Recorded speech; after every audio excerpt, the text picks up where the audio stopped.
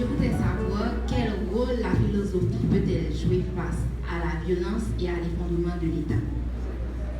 Je veux d'abord, juste avant de répondre directement à la question, faire parler Nelson Mandela, qui disait « L'éducation, c'est l'arme la plus puissante pour construire le monde. » Et vous allez voir, puisque vous êtes jeunes élèves, dans les pays du Sud, quand on veut détruire un pays du Sud, par exemple, qu'est-ce qu'on fait?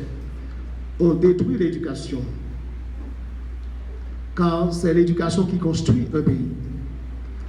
Tu as posé ta question par rapport à la violence, à la philosophie, aux dérives étatiques, au déclin de l'État.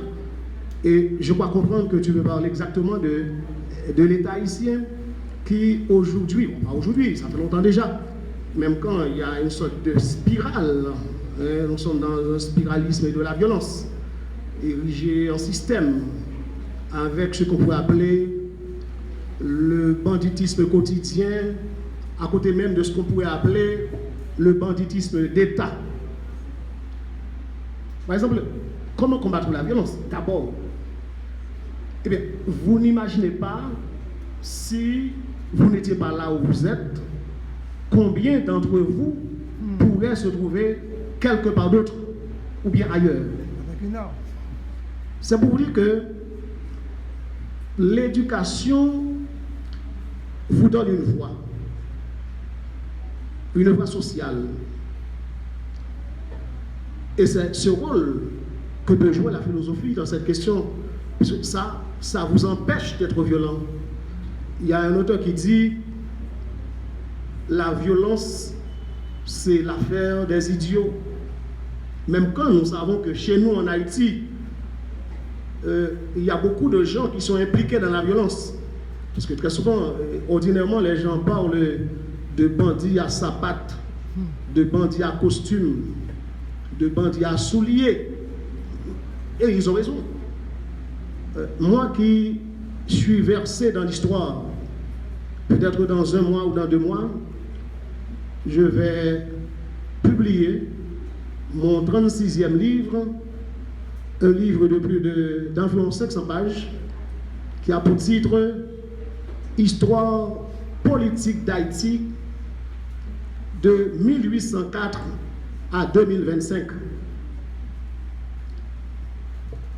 C'est écrit c'est fini depuis en octobre, mais je voulais attendre d'abord le 31 décembre 2025 pour ne rien oublier pour l'année 2025.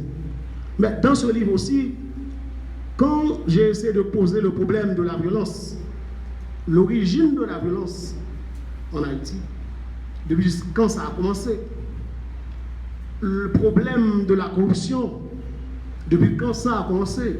Récemment, j'avais écrit dans l'ONU un article en ce sens, pour dire que la corruption, par exemple, a le même âge que l'État haïtien. Vous voyez, donc si nous parlons de corruption, mais comment combattre ça? La philosophie, refondre l'État, repenser l'État. À mon arrivée ici, j'ai rencontré un collègue professeur, car il est prof d'histoire, prof de sciences sociales comme moi. Je parlais de Patrice Dumont, qui a été sénateur, un mandat de sénateur, mais après son mandat de sénateur, qui est respecté, et même pendant qu'il était sénateur, il avait fait la différence. Donc il y a toujours des gens capables de faire la différence. Donc on parlait, je ne veux pas écarter ta question, quand tu parlais du rôle de la philosophie dans la violence. Il y a aussi la morale, il y a l'éthique, il y a la déontologie. Donc il y a des choses qu'on apprend. Eh bien, vous et toi qui viens de me poser cette question, il y a des choses que tu pouvais faire si tu n'étais pas là où tu es.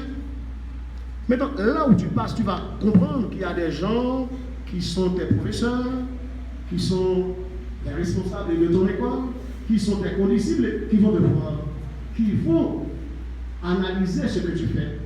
Et là, tu prends des précautions. C'est ça? Donc c'est parce que souvent, tu es élève, tu es sur le chemin de l'éducation, donc tu sais très bien qu'il y a des choses qu'on ne peut pas faire. N'est-ce pas? Parce que quand on parlait tout à l'heure de la foi, ça c'est nous sommes dans le divin.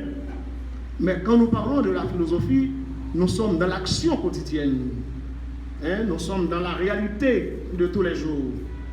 Donc je pense que la philosophie peut jouer un rôle assez important pour combattre la violence. Et comme tu l'avais dit, nous vivons dans un pays où il y a plus de 60% de jeunes. Maintenant, si les jeunes ont pris une conscience, bon, je vais aller plus loin, si les Haïtiens aujourd'hui prennent une sorte de conscience collective pour dire non aux dérives et pour dire oui à la tradition que nous ont laissée les ancêtres. Si nous disons aujourd'hui, nous allons suivre les traces de nos ancêtres, eh bien, nous n'allons plus être ce que nous sommes aujourd'hui. Des élèves, des philosophes, des observateurs, haïtiens bien sûr, pensent qu'aujourd'hui, nous avons intérêt à une certaine haïtianité. C'est-à-dire qu'il faut haïtianiser les Haïtiens. Parce que j'ai toujours dit ça à mes élèves de philo. Haïti, je ne le dis pas parce que je suis haïtien, je le dis parce que je suis historien. Il n'y a aucun pays sur terre capable de se comparer à Haïti en termes d'histoire, en termes d'apothéose. N'est-ce pas? Ce pays qui a toujours été respecté, ce pays qui était là à la création de la SDN, à la création de l'ONU.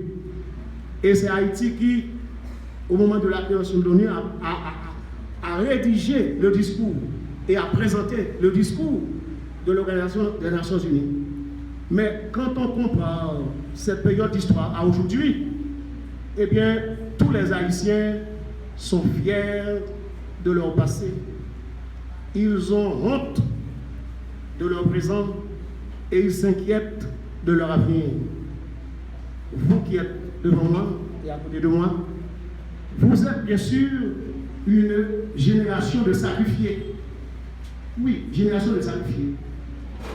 Les professeurs qui sont là, ils peuvent vous dire, quand ils étaient élèves eux-mêmes, ils pouvaient aller étudier au changement, ils pouvaient circuler librement, ils n'avaient pas peur.